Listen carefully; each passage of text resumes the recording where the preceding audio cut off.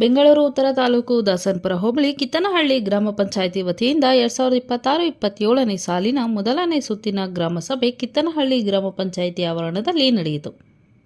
ಅಧ್ಯಕ್ಷತೆ ವಹಿಸಿರುವ ಯೋಜನಾಧಿಕಾರಿ ಹಾಗೂ ಆಡಳಿತಾಧಿಕಾರಿ ಶ್ರೀಯುತ ವೆಂಕಟಾಚಲಪತಿ ಎಂ ಹಾಗೂ ಪಂಚಾಯಿತಿ ಅಭಿವೃದ್ಧಿ ಅಧಿಕಾರಿ ಲೋಕೇಶ್ ಬಿಎಸ್ ದೀಪ ಬೆಳಗಿಸಿ ಕಾರ್ಯಕ್ರಮಕ್ಕೆ ಚಾಲನೆ ನೀಡಿದರು.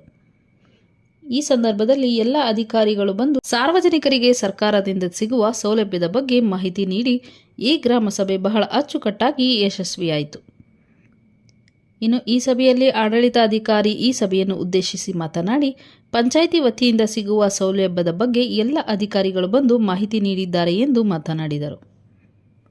ಈ ಸಂದರ್ಭದಲ್ಲಿ ಯೋಜನಾಧಿಕಾರಿಗಳು, ಆಡಳಿತಾಧಿಕಾರಿಗಳು ಶ್ರೀಯುತ ವೆಂಕಟಾಚಲಪತಿ ಎಂ, ಪಂಚಾಯಿತಿ ಅಭಿವೃದ್ಧಿ ಅಧಿಕಾರಿ ಲೋಕೇಶ್ ಬಿಎಸ್, ಕಾರ್ಯದರ್ಶಿ ಪ್ರತಿಮಾ ವಿ, ಲೆಕ್ಕ ಸಹಾಯಕರು ಬಿ ರಾಮಾಂಜನಿ, ಮಾಜಿ ಗ್ರಾಮ ಪಂಚಾಯಿತಿ ಅಧ್ಯಕ್ಷರಾದ ಶ್ರೀಯುತ ನರಸೇಗೌಡರು ಹಾಗೂ ರವಿಗೌಡರು, ಪಂಚಾಯಿತಿ ಸಿಬ್ಬಂದಿ ವರ್ಗದವರು, ಆಶಾ ಕಾರ್ಯಕರ್ತರು, ಅಂಗನವಾಡಿ ಕಾರ್ಯಕರ್ತರು, ಸಾರ್ವಜನಿಕರು, ಸ್ವಸಹಾಯ ಸಂಘದವರು ಇನ್ನು ಮುಂತಾದವರು ಉಪಸ್ಥಿತರಿದ್ದರು.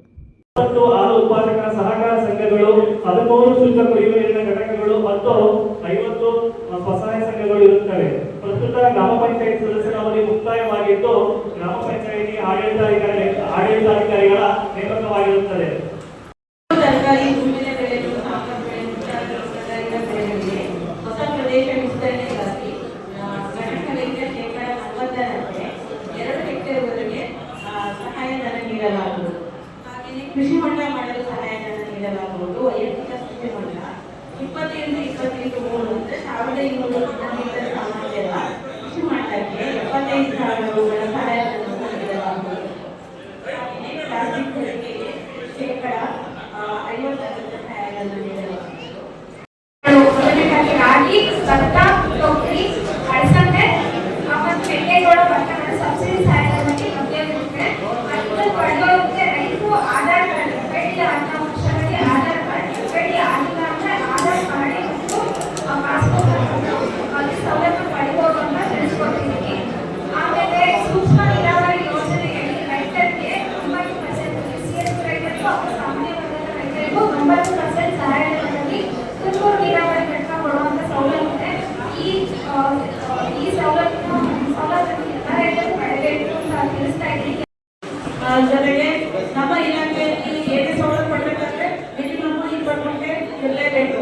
ಮತ್ತೆ ಬೇರೆ ಹೆಸರಲ್ಲಿ ಆ ಥರ ಅಂತ ಇಲ್ಲ, ನಿಮ್ಮ ಹೆಸರಲ್ಲೇ ರೆಕಾರ್ಡ್ ಎಲ್ಲ ಇರಬೇಕಾಗುತ್ತೆ. ರೆಕಾರ್ಡ್ ಕೊಟ್ಟು ಎಲ್ಲ ಸೌಲಭ್ಯಗಳನ್ನು ಕೊಡೋದಕ್ಕೆ ಅವಕಾಶ ಇದೆ. ಅದೇ ರೀತಿ ನಮ್ಮ ಇಲಾಖೆಯಿಂದ ದೊರೆಯುವಂತಹ ಸಹಾಯಧನ ಸೌಲಭ್ಯಗಳ ಬಗ್ಗೆ ಹೇಳೋದಕ್ಕೆ ಇಚ್ಛೆ ಪಡ್ತೀನಿ. ರೇಷ್ಮೆ ಹುಳು ಸಾಕಾಣಿಕೆ ಮಾಡಬೇಕಾದ್ರೆ 20 ಗುಂಟೆ ಜಮೀನನ್ನು ಹೊಂದಿದ್ದು ಅವರು ಚಿಕ್ಕದಾಗಿ ಮನೆ ಕಟ್ಟೋಸಿಗೆ ಅಂತ ಅನ್ನೋದಾದ್ರೆ ಹುಳು ಸಾಕಾಣಿಕೆ ಮನೆ ಕಟ್ಕೊಂಡಿದ್ದಾರೆ. ಸೆಪ್ರೇಟ್ ಆಗಿ ಪರಿಷ್ಠ ಪಂಗಡದಲ್ಲಿ 70,000 ಸಹಾಯಧನ ಇರುತ್ತೆ. ಮತ್ತೆ ಸಾಮಾನ್ಯ ಜನರಿಗೆ 67,500 ಸಹಾಯಧನ ಇರುತ್ತೆ. ಅಂಗನವಾಡಿ ಕೇಂದ್ರಗಳಿದ್ದಾವೆ. ಗರ್ಭಿಣಿ ಮತ್ತು ಬಾಣಂತಿ ಯಾರೆಲ್ಲ ಅಂಗನವಾಡಿ ಕೇಂದ್ರಗಳಲ್ಲಿ ನೋಂದಣಿ ಮಾಡ್ಕೊಂಡಿರ್ತಾರಲ್ಲ ಅವ್ರಿಗೆ ನಾವು ಪ್ರತಿ ತಿಂಗಳು ಪೂರಕ ಪೌಷ್ಟಿಕ ಆಹಾರವನ್ನು ವಿತರಣೆ ಮಾಡ್ತೀವಿ. ಜೊತೆಗೆ ಅವರಿಗೆ ಹಾಲು ಮತ್ತು ಮೊಟ್ಟೆಯನ್ನು ಸಹಿತ ವಿತರಣೆ ಮಾಡ್ತೀವಿ. ನಂತರ 6 ತಿಂಗಳಿಂದ 3 ವರ್ಷದ ಮಕ್ಕಳು ಸಹಿತ ಪ್ರತಿ ತಿಂಗಳು ಪೂರಕ ಪೌಷ್ಟಿಕ ಆಹಾರವನ್ನು ವಿತರಣೆ ಮಾಡುವಂಥದ್ದು. ಅದೇ ರೀತಿಯಾಗಿ 3 ರಿಂದ 6 ವರ್ಷದ ಮಕ್ಕಳು ಅಂದ್ರೆ ನಮ್ಮ ಅಂಗನವಾಡಿ ಕೇಂದ್ರಕ್ಕೆ ಪ್ರತಿದಿನ ಬರ್ತಾರಲ್ಲ ಆ ಮಕ್ಕಳಿಗೆ ಅಂಗನವಾಡಿ ಕೇಂದ್ರದಲ್ಲಿ ಪೂರಕ ಪೌಷ್ಟಿಕ ಆಹಾರದ ಜೊತೆಗೆ ನಮ್ಮ ಅಂಗನವಾಡಿ ಕಾರ್ಯಕರ್ತರು ಮಕ್ಕಳಿಗೆ ಶಾಲಾ ಪೂರ್ವ ಶಿಕ್ಷಣವನ್ನು ಹೇಳ್ಕೊಡ್ತಾರೆ. ಮುಂಚಿನ ದಿನಗಳಲ್ಲಿ ನಮ್ಮ ಅಂಗನವಾಡಿಯಲ್ಲಿ ಏನಂದ್ರೆ ರೂಢಿಗತವಲ್ಲದ ಶಾಲಾ ಪೂರ್ವ ಶಿಕ್ಷಣ ಅಂದ್ರೆ ಆಟದಿಂದ ಪಾಠ ಅನ್ನೋ ಕಾನ್ಸೆಪ್ಟ್ ಬಳಸ್ಕೊಂಡು ಮಕ್ಕಳಿಗೆ ಪಾಠವನ್ನು ಹೇಳ್ಕೊಡ್ತಾ ಇದ್ರು. ಹಾಗೆ ಇನ್ಶೂರೆನ್ಸ್ಗಳು ಅಂದ್ರೆ ನಾರ್ಮಲ್ ಆಗಿ ಇನ್ಶೂರೆನ್ಸ್ ಅಂತ ಬರುತ್ತೆ. ಅದನ್ನ ಪ್ರತಿ ರೈತರಿಗೂ ಅವರವರ ರಾಸುಗಳಿಗೆ ಕಡಿಮೆ ಬೆಲೆಯಲ್ಲಿ ಸಹ ಇನ್ಶೂರೆನ್ಸ್ ನಮ್ಮ ಸರ್ಕಾರ ಒದಗಿಸ್ತಾ ಇದೆ. ಅದನ್ನು ಸಹ 2 ವರ್ಷಗಳನ್ನು ಪಡ್ಕೋಬೇಕು ಅಂತ ಕೇಳ್ಕೊಳ್ತೀವಿ. ಹಾಗೆ ಮೇವು ಕಟ್ಟಿಸುವ ಮಷೀನ್ ಮತ್ತು ನಾಳಗಳು ಸಬ್ಸಿಡಿ ಮೂಲಕ ಪ್ರತಿ ರೈತರಿಗೂ ಸಹ ಅವರ ಒಂದು ಉತ್ಪನ್ನಗಳನ್ನು ಸಹಾಯ ಮಾಡಿ ಮೇವು ಕಟ್ಟಿಸಲಾಗಿರ್ಬೋದು ಅಥವಾ ಮಣ್ಣು ಸಹ ತುಂಬ ಹೆಚ್ಚುವರಿಯಾಗಿರುತ್ತೆ. ಅದನ್ನು ಸಹ ಪ್ರತಿನಿಧಿಸಿಕೊಂಡು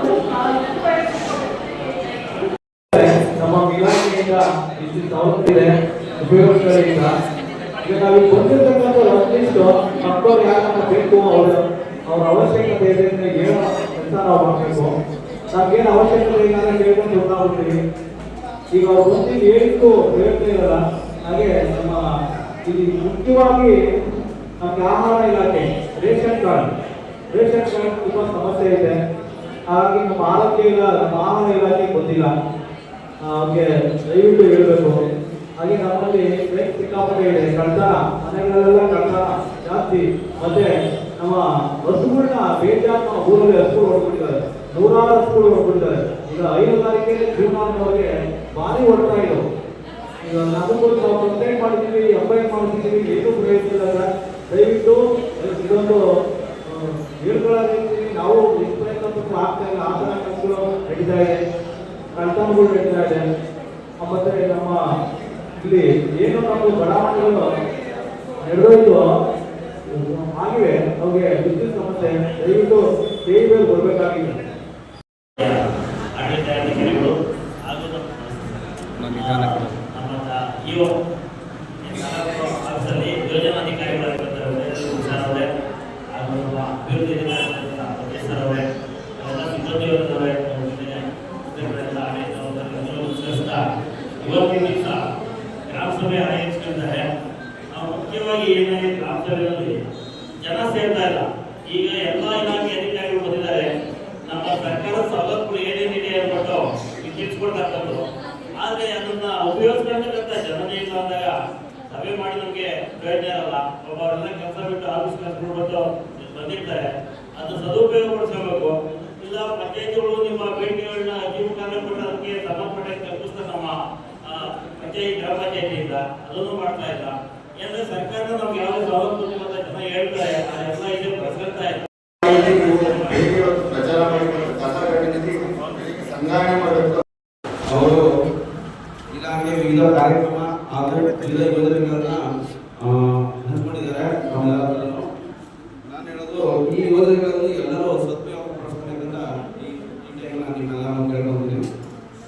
ಇದೇ ರೀತಿ ನಮ್ಮ ತಾಲೂಕು ಪಂಚಾಯತಿಯಿಂದ 2025-26ನೇ ಸಾಲಿನಲ್ಲಿ ರಾಜ್ಯ ಹಣಕಾಸು ಆಯೋಗದ ಅನುಮೋದನೆ ಅನುದಾನದಲ್ಲಿ ಕಿನ್ನಳ್ಳಿ ಗ್ರಾಮ ಪಂಚಾಯತಿಗೆ ಕೆಲವು ಕಾಮಗಾರಿಗಳನ್ನ ತಗೊಂಡಿದ್ವಿ. ಅದೊಂದು ಕಂಪ್ಲೀಟ್ ಆಗಿ ಅನುಷ್ಠಾನ ಆಗಿದೆ.